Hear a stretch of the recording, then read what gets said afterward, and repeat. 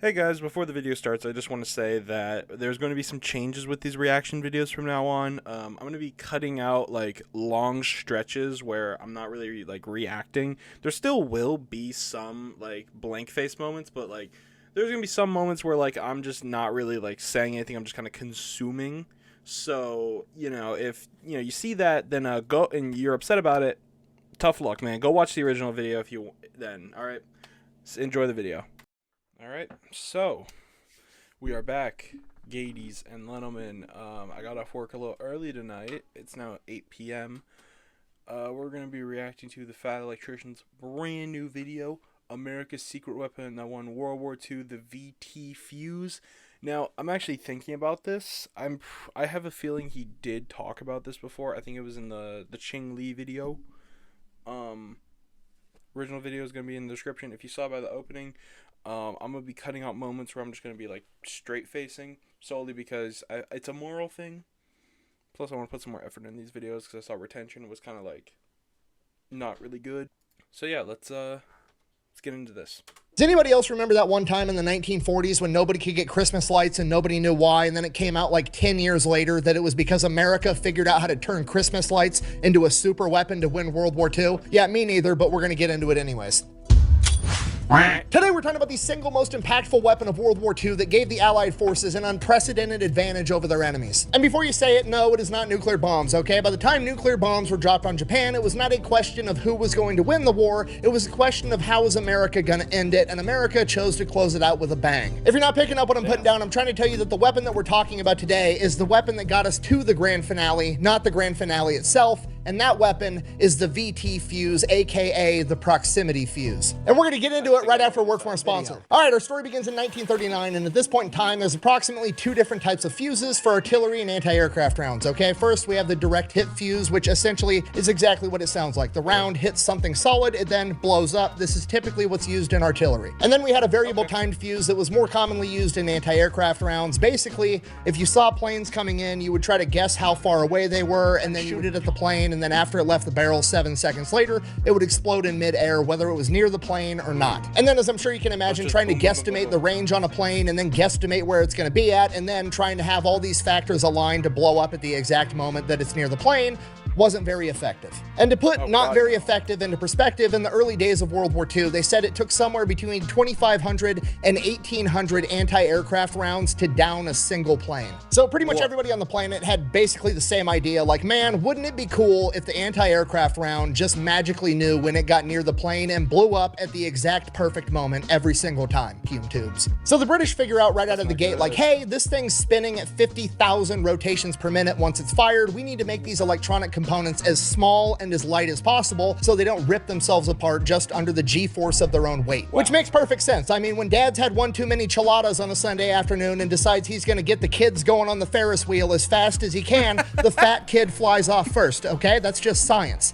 Was I the fat kid? Don't fucking worry about it. I had a great childhood, okay? Now, at this point in time, Britain is in full-on war production. All of their industrial capacity is being used to build new warplanes to defend themselves, and they don't have the capacity to start investing in all this like new microcircuitry and tiny little itty-bitty vacuum tubes. So they decide, hey, we're just gonna order 20,000 miniature electron tubes from this hearing aid company over in America. And then the American War Department hears about this, and they're like, you guys working on fucking hearing aids right now while the Germans are bombing you every night? No, you're not. What the fuck are you up to? So the British comes clean and they tell America, like, hey, we're allies, whatever. Here's what we're doing. We're trying to develop this anti-aircraft round that can sense when it gets near a plane and then blow up in midair and fuck up all these planes, so we quit getting bombed every night. At which point America's like, cool, great, dope, whatever. We'll give you whatever you need, but you have to give us all of the information that you get from your testing, so we have it also. So the British go, they do their testing, they do figure out how to get the electrical components to survive being shot out of an artillery shell, but they don't really figure out anything else after that. They don't figure out how to actually make it sense the plane, and they don't figure out the biggest problem of how in the fuck do you get a power source to all these electrical components, because it's 1940 and batteries aren't really that great at this point in time. So the entire project just kind of gets shelved, regarded as impossible, nobody can figure out how to do it, everybody just kind of moves on, and then fast forward to 1941, Japan commits the ultimate cardinal sin of touching America's boats.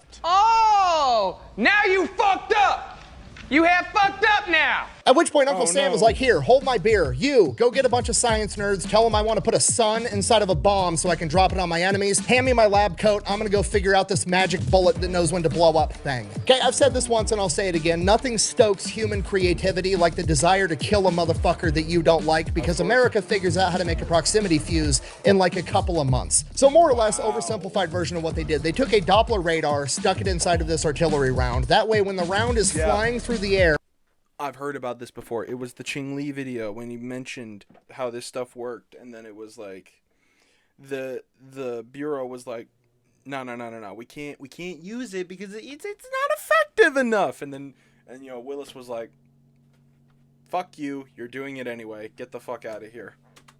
it's constantly emitting pulse signals, and then if there's open air, the pulse signals aren't hitting anything, so they're not coming back to the round. But when the round gets close to something solid in the sky, like an enemy plane, the signals hit the plane, bounce back, and the round can sense that. And then when the round senses that it's close enough to the plane, it blows up and there's fucking death confetti everywhere at the exact perfect moment. And that's not even the crazy part. The crazy part is the battery, right? Because we can't just put a normal battery inside of this artillery round, because by the time that we build it in America, ship it across the ocean, the shitty batteries in the 1940 would have lost the charge, and then the round's just gonna be a dud right out of the gate. So what they did is they took a small vial of acid, put it in the middle of the artillery round, and then surrounded it with lead, and then hooked it up to electrodes, so that when the artillery round was fired, the glass would break, the acid would get all over the lead and create an electrical current to power the Doppler radar while it was in flight. Okay, do you understand what I just said? America created an artillery round that, after it was shot out of a howitzer, would manufacture its own battery mid-flight to know when to fuck up the enemy. But how long does the battery last? For the enemies in the plane, it's a lifetime supply, homie. It's the last battery they're ever gonna need. Now, to be fair, there is some obvious problems, you know, like having a small vial of glass being the only thing that's standing between you and an artillery round blowing up the second it gets near anything solid is kind of terrifying. As I'm sure you can imagine, transporting that would be a nightmare, because if one of those things breaks, you're gonna blow up the entire truck. So as a safety mechanism, they actually ended up cutting little tiny wafers of lead and stacking them all along the vial, and then if the vial broke, it would just kind of like leak out and it wouldn't do anything. But when it was shot out of a gun, the 50,000 rotations a minute would have enough centrifugal force to make the lead fly out and in between all the lead wafers, and that's how it would power. So the shell's only going to go off when it's spinning after it's been fired out of a gun. So America's done it. We've essentially made magic bullets, and now America is going to do what America does best. We're going to tie up this solution in bureaucratic nonsense so that nobody can use it. Son of a bitch. Wow. Okay. You, Michael. Bitch. Yeah, the man in charge of this project, Commander William S. Parsons, decides he's not going to let this project move forward until he's 100% convinced that this product is perfect. So the proximity fuse has essentially been shelved yet again. Cue my favorite naval commander of all time, Willis Augustus Lee, aka Ching Li. On your left. Oh my god. You're fucking kidding. Homeboy just showing up. Okay, I did a whole video on this guy a while back. If you haven't seen it, I highly recommend you go watch it, because he's absolutely incredible. But the real quick and dirty of it is, this guy has these super thick glasses because when he was in like 7th grade, he got bored and built a bomb that blew up in his own face and permanently damaged his vision. Yeah. So naturally, he then went on to become a 5-time gold medalist sharpshooter in the Olympics. He then went on to become a strategic genius in the Navy. He is the reason that every single American naval vessel in World War II is absolutely covered in anti-aircraft guns. Using his sharpshooting experience, he is the one that figured out and developed the calculations for a battleship battery to take into account the Coriolis effect, or the rotation of the Earth in targeting data. And he is also the one that pioneered being able to shoot at an enemy using nothing more than radar, even when you can't see the enemy. The man is a prodigy that changed warfare forever. And at this point in time, early 1942, essentially right after Pearl Harbor, Ching Li was given orders to basically go around the Navy and just cut through red tape and unfuck everything to get the entire Navy as ready as possible for war. And even though he had the authority to cut through red tape, the problem was this was 1942. You couldn't send a text message, you couldn't send an email. Everything was done by either handwritten or typed letters, and then you had to stamp everything with like priority, urgent, standard, telling the mail carrier in the military, like, how quick does this letter need to get where it's going? And urgent, being the fastest option, wasn't fast enough for Ching Li. So he went and had his own custom rubber stamp made, and he used red ink, and in all caps, his rubber stamp said, frantic. So that way, every time Ching Lee had a project that he wanted to get pushed through the Navy as fast as possible, he would stamp it with a big red frantic, and then every paper pusher in the Navy has that come across their desk, and they're like, oh shit, oh fuck, I've never seen anything labeled frantic, and they grab it, and that is now their sole mission in life to get this to the next place. So all his shit gets done super fast. So as soon as Ching Lee hears that we've essentially made magic artillery shells tied up in bureaucratic nonsense, he gives it the old frantic stamp and pushes it right along, saying, and I quote, we're looking for a workable solution, not a perfect one. So it immediately goes into testing, and its first test is to have an anti-aircraft battery on the ground firing at a bunch of radio-operated drones above, and these proximity fuses absolutely crush these drones, okay? The only person disappointed was the commanding officer of the drones because he was mad they were shooting down all of his drones. You ruined my free toy! Great. Next phase of testing takes place in August of 1942. They take the proximity fuses out in the USS Cleveland, and they're going to try to shoot down drones over the ocean. This testing is slotted for 2 full days, and they've got 3 drones to shoot down, okay? Bear in mind, the British are reporting back that it's taking approximately 1,800 anti-aircraft artillery rounds to down a single enemy plane. So, with one ship shooting at 3 different planes, this should take a while. Testing ended up getting cut short because the USS Cleveland shot down all 3 drones with the first 4 rounds fired. Statistically speaking, this should have taken between 5,000 and 6,000 rounds, and it took 4. So obviously at this point, America's all in. Call up Rosie the Riveter. We've got something new to make. The whole 9 yards, right? Now the problem is, how the fuck are we going to mass produce this thing, right? Because we're using these tiny little tubes that were used from hearing aids, and hearing aid manufacturing isn't that big at the time. We're not going to be able to mass produce this thing. So the government goes out to General Electric, which coincidentally is the biggest manufacturer of Christmas lights on the planet at this point in time, and is like, here's the deal. You're not making Christmas lights anymore. You're going to take those little Christmas lights, and instead of putting a little light filament in there, you're going to fill it with this acid, and then you're going to seal off the other end, and you're going to give it to us, and you're going to shut the fuck up about it, okay? At which point GE is like, cool, government contracts are awesome. Now we've got the manufacturing and we can mass produce this thing. This is why you don't touch the boats, all right? You touch the boats, one thing leads to another, and now we're weaponizing Christmas lights. I think you might be overdoing it, Dad. Russ, when was the last time I overdid anything?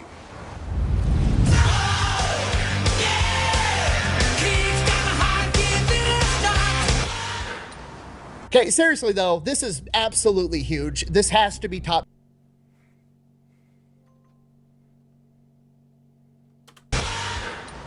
Okay, seriously though, this is absolutely huge. This has to be top secret. Nobody can know about this. Even the dudes in the anti-aircraft battery don't know that they're firing a proximity fused ammunition. They just know that suddenly overnight, they got like 20 times better at their job. And because this technology absolutely cannot fall into enemy hands, it becomes standard practice that they're only allowed to shoot proximity fused ammunition over water. So the only people that are gonna have access to this are the Navy, and then we're also gonna give it to the British over in England because their anti-aircraft defenders are firing out over the English Channel, so any duds are going to land in the water and sink to the bottom of the ocean and ideally be unrecoverable. And then there's the last problem. What are we going to name this thing, right? We don't want to call it anything too obvious, right? The reason that we call tanks was because back in World War I, when the British developed the first tank, they just called it that because on the chart list, they wanted anybody that intercepted documents to think, oh, it must be like a water tank or something. So we have to have a deceptive name. So they came up with the VT fuse. And that way, anytime somebody was like reading a chart or an inventory list and they just read VT fuse, they'd go, what the fuck is a VT? Oh,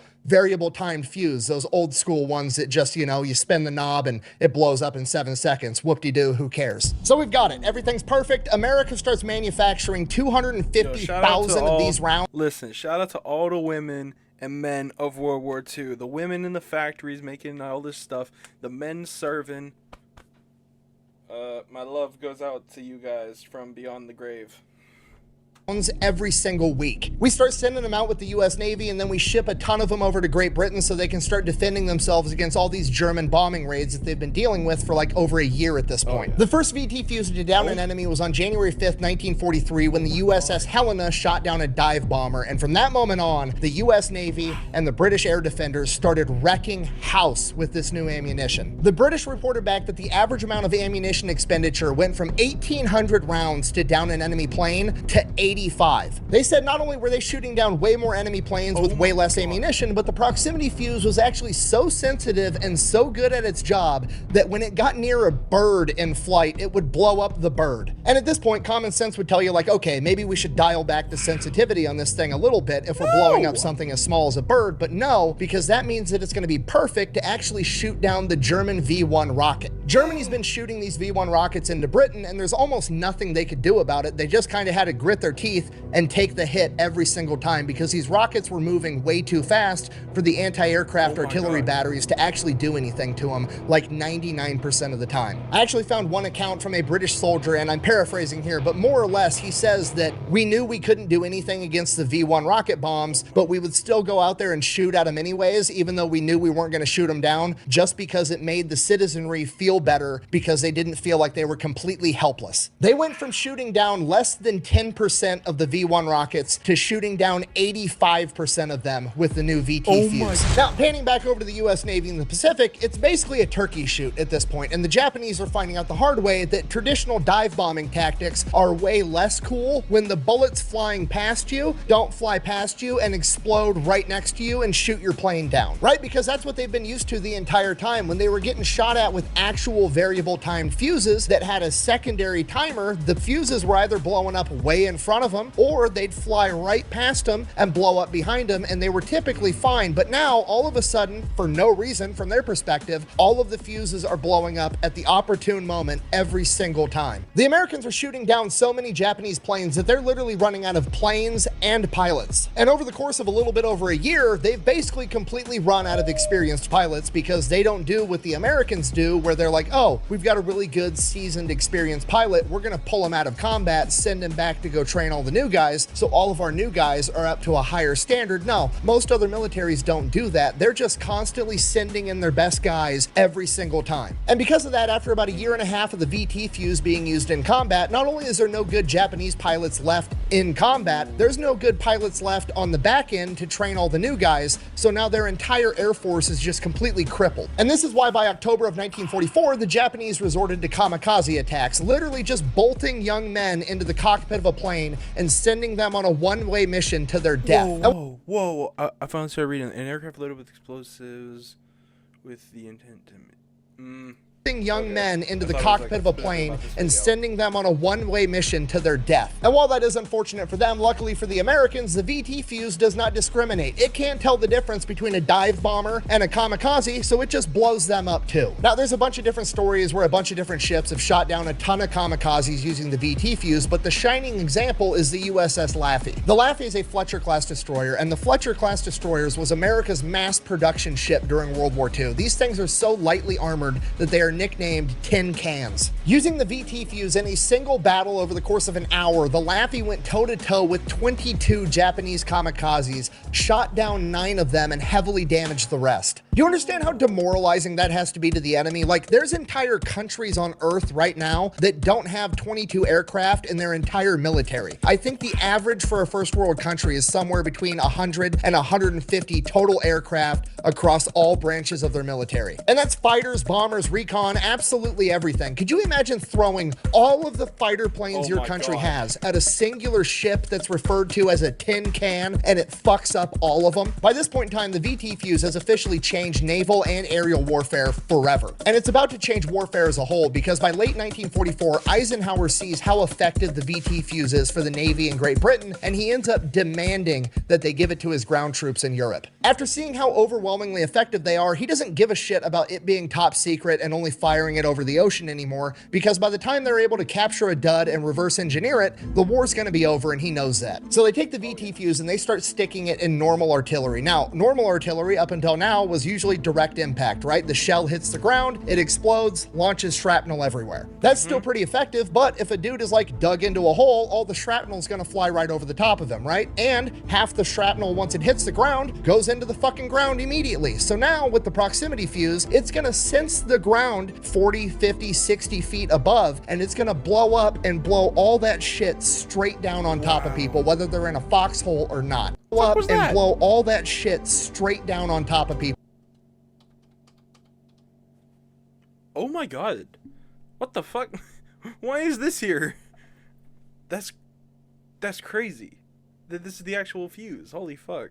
People, whether they're in a foxhole or not. This new airburst artillery is so devastating that the first time it's ever used in combat, it basically puts the linchpin in the European theater and ends the war. Because the first time the VT fuse was used in combat was at the Battle of the Bulge. Okay, if you don't know what the Battle of the Bulge is, essentially Germany was on their heels and they decided, fuck it, we're gonna throw one big last Hail Mary, we're gonna take everything we've got in one big offensive and attack the American line, try to punch through with our blitzkrieg tactic and destroy the Americans. And it was working out for them right up until it started raining metal. The new airburst artillery absolutely shredded German infantry units. There was nowhere they could hide. Foxholes weren't really that effective against airburst, and even if they wanted to dig one, the ground was half frozen, and when they tried to hide in the wood line, the airburst literally cut the forest down around them. You can find pictures of the Ardennes forest after the Battle of the Bulge, and the tops of the trees are just cut off with complete carnage underneath them.